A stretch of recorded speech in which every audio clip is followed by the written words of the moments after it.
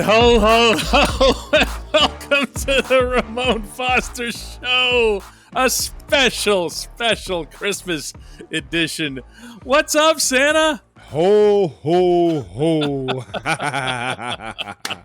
That's where we're at, man. Santa does a lot of everything around here now. I had no idea. I put the headset on, turned the camera on.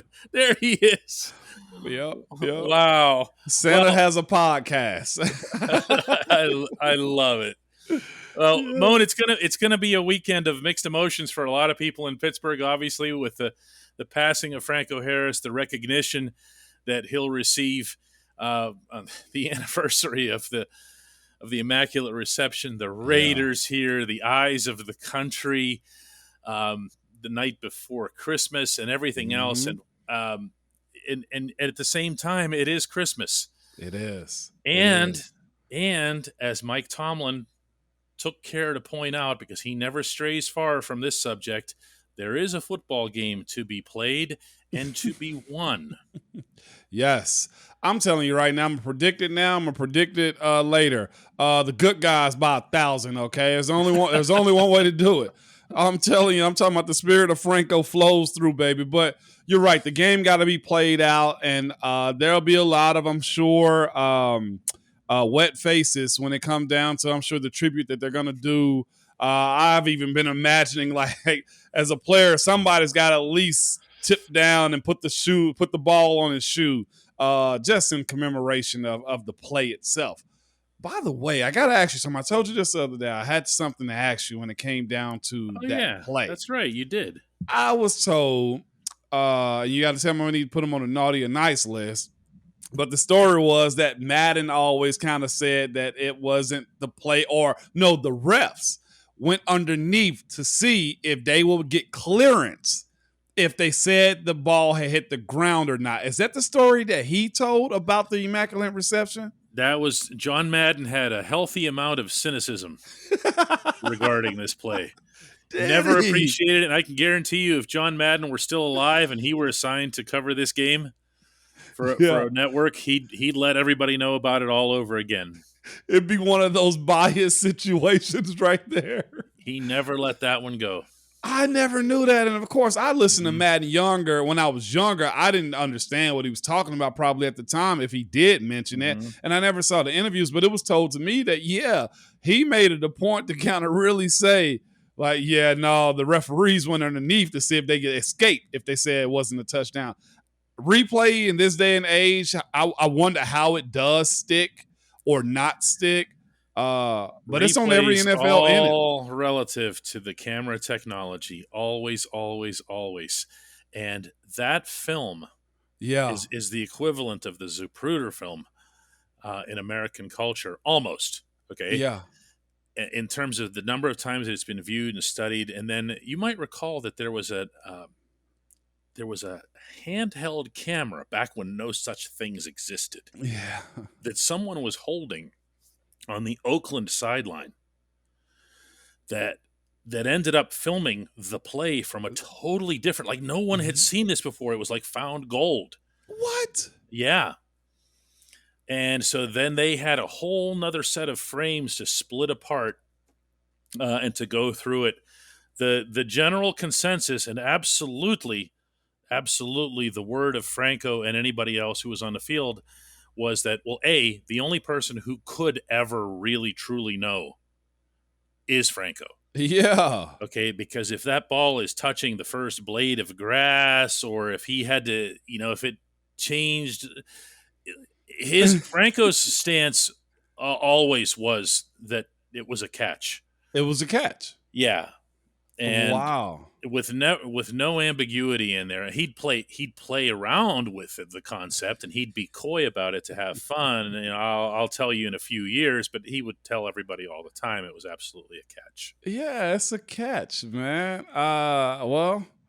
It's cemented. It's beyond cemented, man. The number 32s that'll be in the stadium this weekend will be a mass. I'm talking about should be big. If you got one, wear one is what I'd say to you this weekend. I think it changes.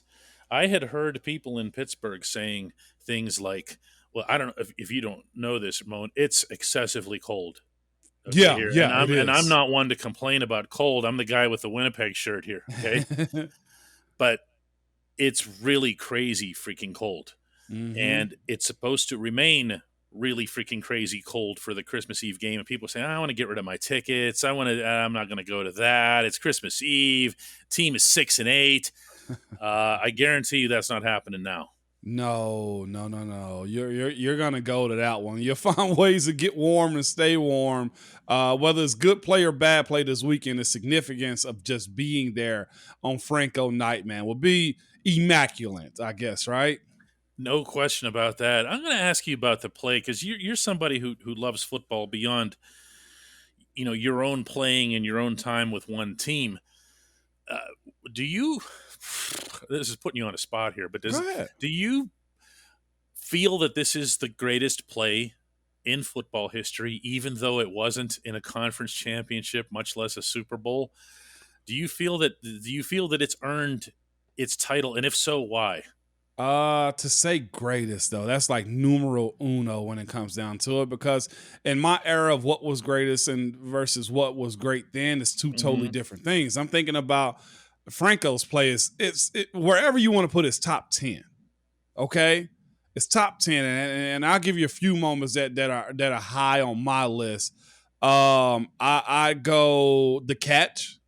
It's the catch because it has a name, though. What's so great about the It's still catch? it's there, and it's just like Dude how got did he open in get the there? back of the end zone, and Joe Montana found him. It's still there. It's the catch. It was significant. Okay, I'd almost look at the David Tyree catch in the Super Bowl. That's significant, right? Yes. Franco's play was very significant. Okay, I say Santonio's the one that, catch. I mean, the best play, if you want to get into what was the best play, Best play. James Harrison's. And that's what I'm saying. There's another one, It's a James. phenomenal athletic superhuman feat. Can you imagine that you got both of those in one game? Oh, I'll go with Lynn Swann diving against the Cowboys. You know see which one I'm talking about, like the Yes. double tip. Yes. Because the Steelers have been in so many of them, they're going to have by logic, they're going to have a greater number of candidates. And with Franco's, I guess the only knock that anybody's ever had against it is that it wasn't in a and a big time, a bigger game. But it's created so much memories and history of just keep playing. I think that's one of the biggest things behind it is just keep playing. That's it, because that team, people will very easily forget this or not even know it, but that team before 1972 had done exactly this much winning from 1933 and onward. And that play was seen by that generation of Pittsburghers as being the one that, hey, this is the one that this put us over the line here. Now we're here. We've arrived. That's what Joe Green famously said about Franco Harris. He said, it wasn't until Franco got here that we became the Pittsburgh Steelers. That's crazy because I always point He to didn't the say fact that after his passing. He's been saying that for years. I've heard him say that too, because it gave you an identity on offense more or less. Because I mean, what was the other issue on offense was Bradshaw, right? What was he going to be? So you go get a stud first round running back in Franco Harris, and he delivered. He delivered in a lot of different ways. Rookie of the year. I mean, that says something in itself, DK. But this weekend though, man, it should be a hot ticket. Despite the weather and everything around it, I'm looking forward to seeing what the crowd is going to be like. And I know NFL is going to do a good job with the send off and everything. You steadily look back on this situation, and you still say, "Golly!" I know. The shock value. I'm imagining the people who organized and planned and had everything getting scripted for months and everything, they got it. And I'm sure, like you said, that they're going to do a beautiful job with it because it'll come. Yeah, it'll come from the heart. When we come back, more on this.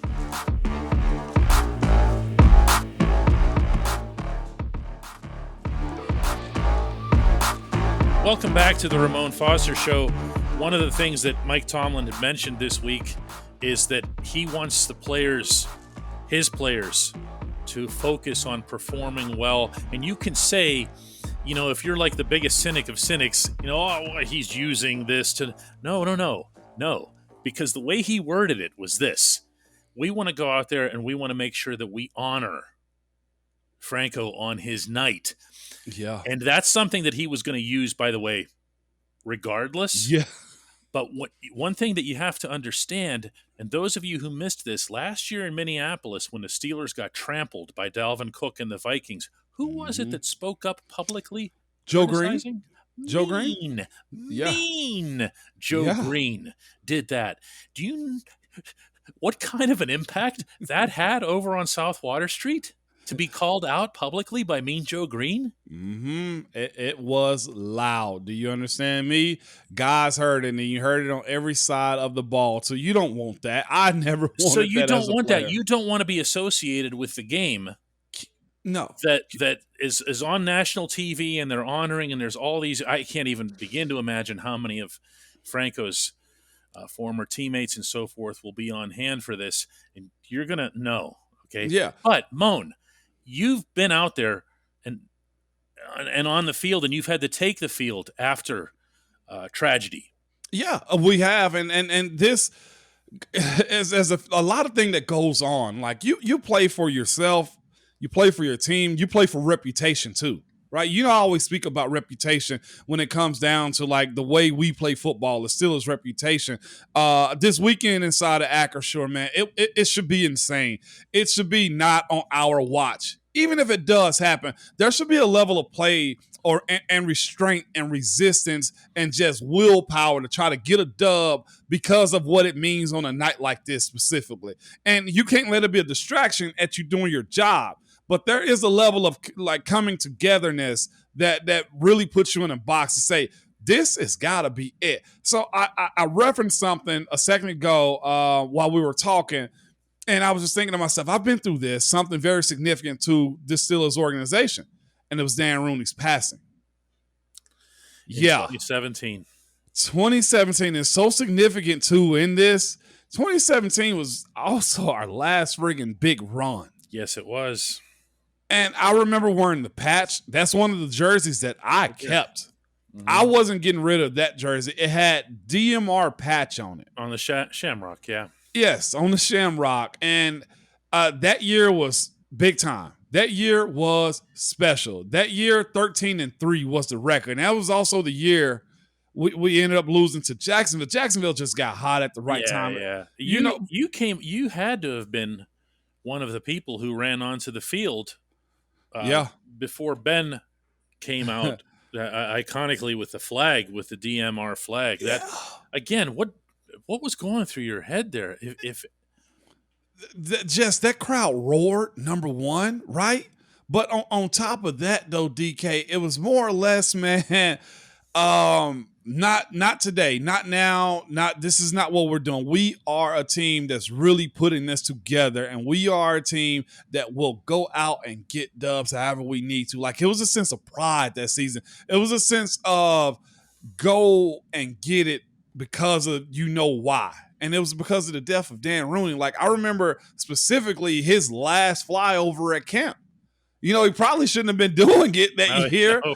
But I remember him doing his last flyover, and I was just like, dang. We kind of knew it because they were going to take him out of the air because he shouldn't be flying anymore. But we saw that, and just the seeds that he had left behind was something that we needed to fulfill in the sense of at least making it a great year. And we go out and we beat Cleveland in the first game. Can you imagine that? Yeah, that's that was quite the time. There have, of course, been other tragedies of different scopes, and a lot of them, again, through your playing days. The passing of Darryl Drake, the beloved wide receivers coach, that hit everybody right on the spot because it happened at camp and he was in there among you. Ryan Shazier, in his own way, what ended up happening with him in Cincinnati. Yep. And your head coach's message doesn't really change all that much in those, does it? He doesn't run from it, to use some of his own parlance. You know what I'm saying? No, he don't. He understands exactly what it is, because I can't overstate this enough. And I know our fan base knows this too. There is a level of respect that goes into the guys that played before you. And it does mean more in Pittsburgh. It does mean more because guys accomplished a lot that wore those same jerseys. And the mindset of it all hasn't changed either. Would you agree, DK? Since you've been covering this team late 80s, right? Like mostly the mindset stays the same.